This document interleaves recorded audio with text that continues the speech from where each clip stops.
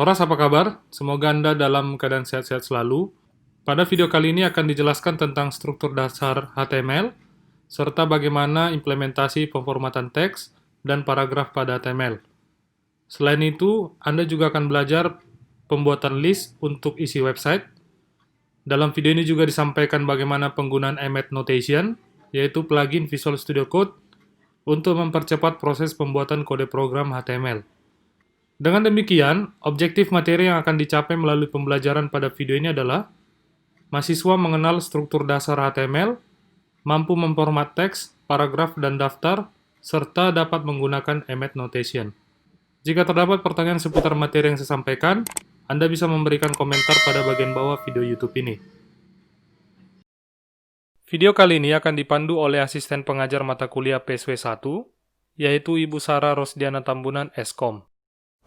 Halo adik-adik, pada praktikum sesi ini, kita akan belajar mengenai struktur dasar HTML, teks, paragraf, dan list.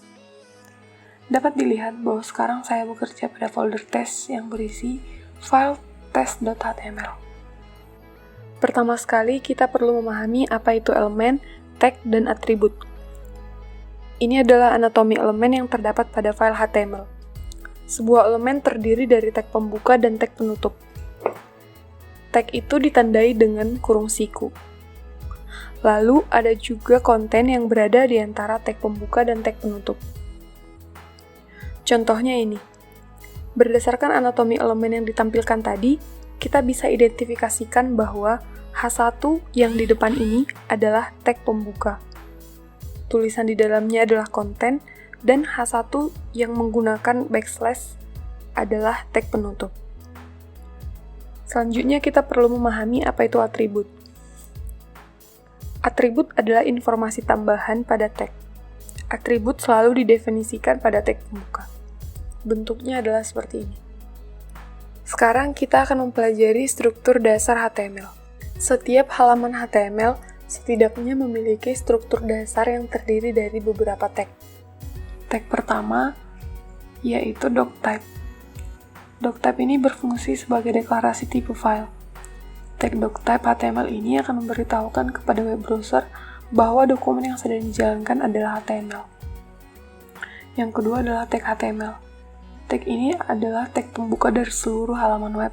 Semua kode HTML harus berada di dalam tag ini. Kemudian ada tag head. Tag ini biasanya akan berisi beberapa definisi halaman seperti CSS, JavaScript, dan lain-lain yang tidak ditampilkan di browser. Selanjutnya ada tag body. Tag ini akan berisi semua elemen yang akan ditampilkan dalam halaman web, seperti tabel, gambar, dan lain-lain. Perlu kalian perhatikan bahwa setiap tag diakhiri dengan penutup tag. Sekarang saya akan memulai mengisi struktur dasar HTML ini. Pertama sekali, isi bagian head dengan tag title. Ketikkan title yang diinginkan di antara tag pembuka dan tag penutupnya. Nantinya, tulisan My First HTML File ini akan menjadi judul pada jendela browser. Selanjutnya, isi bagian body dengan tag H1 untuk menandakan judul halaman web, lalu P untuk menandakan paragraf.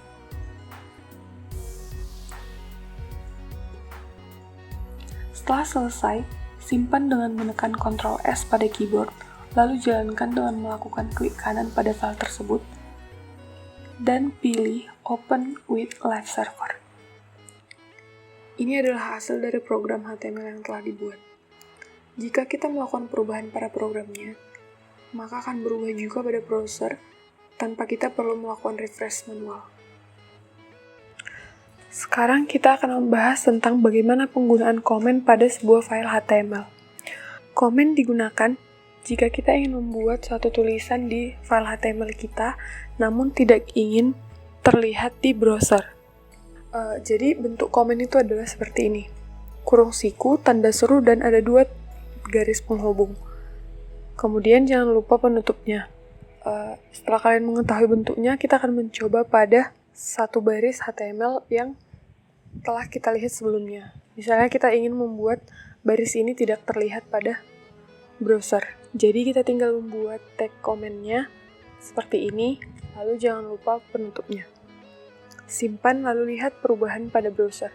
Baris ini tidak akan ditampilkan lagi pada browser kalian. Kali ini kita akan mencoba penggunaan beberapa tag pada HTML. Untuk memulai, tuliskan struktur dasar HTML yang telah kita bahas. Tag pertama yang akan kita gunakan adalah tag H1 sampai H6.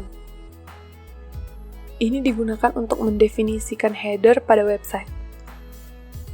Ketikkan kode ini pada Visual Studio Code Anda. Save, lalu run. Hasilnya akan seperti ini.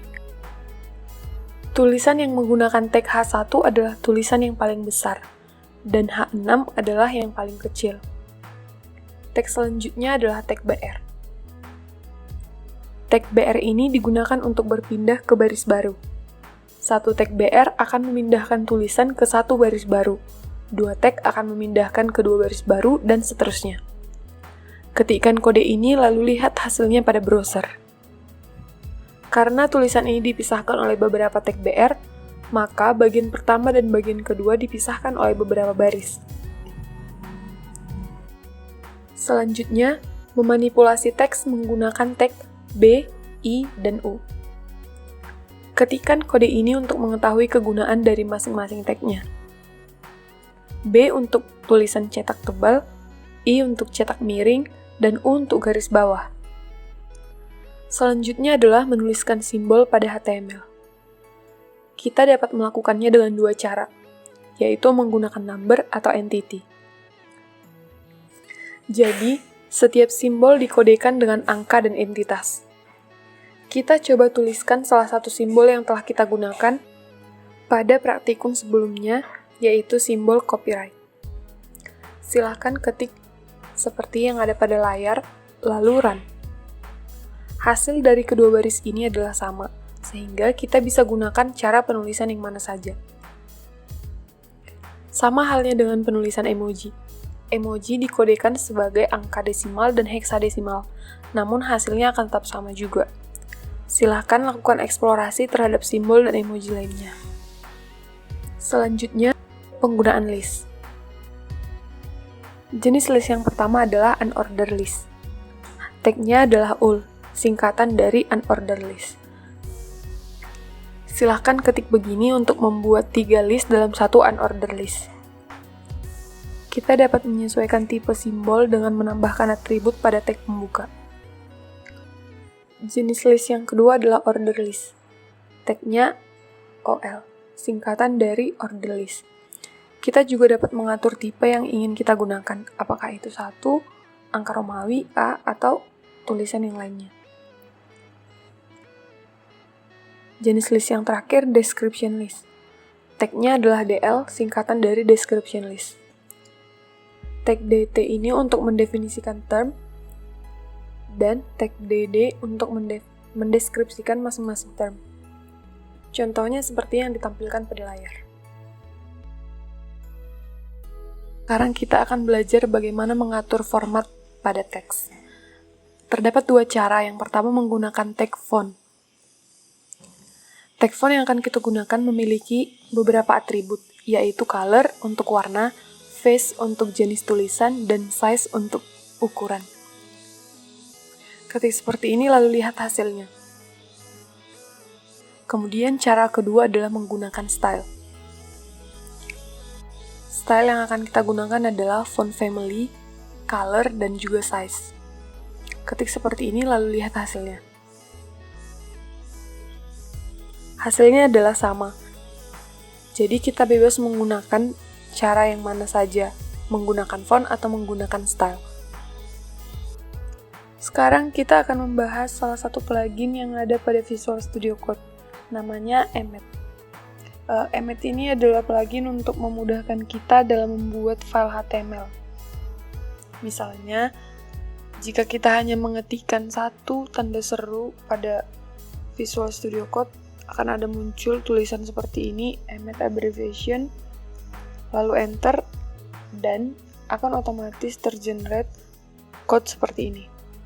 Lalu, kalau kita mengetikkan dua tanda seru seperti ini, lalu akan otomatis tergenerate tulisan doctype HTML. Ada beberapa contoh lain yang bisa kita gunakan, misalnya mengetikkan HTML, lalu tanda tutup kurung siku, lalu tulis body, lalu enter, maka akan tergenerate code seperti ini, tulisan HTML yang berisi konten body. Cara lain kalian juga bisa mengetikkan ini, HTML body lalu P. Artinya di dalam tag HTML berisi body, lalu di dalam body berisi tag P. Kita juga bisa mempercepat penulisan tag untuk list.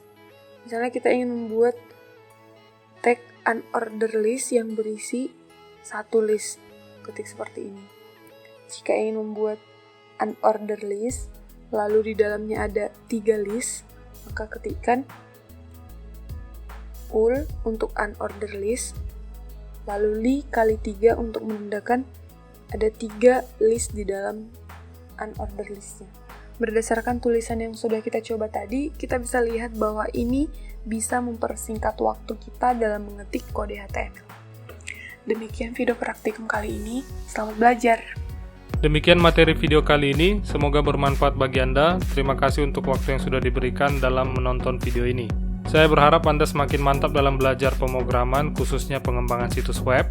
Kuncinya adalah latihan, latihan, dan latihan. Sampai jumpa pada video berikutnya. Horas, horas, horas.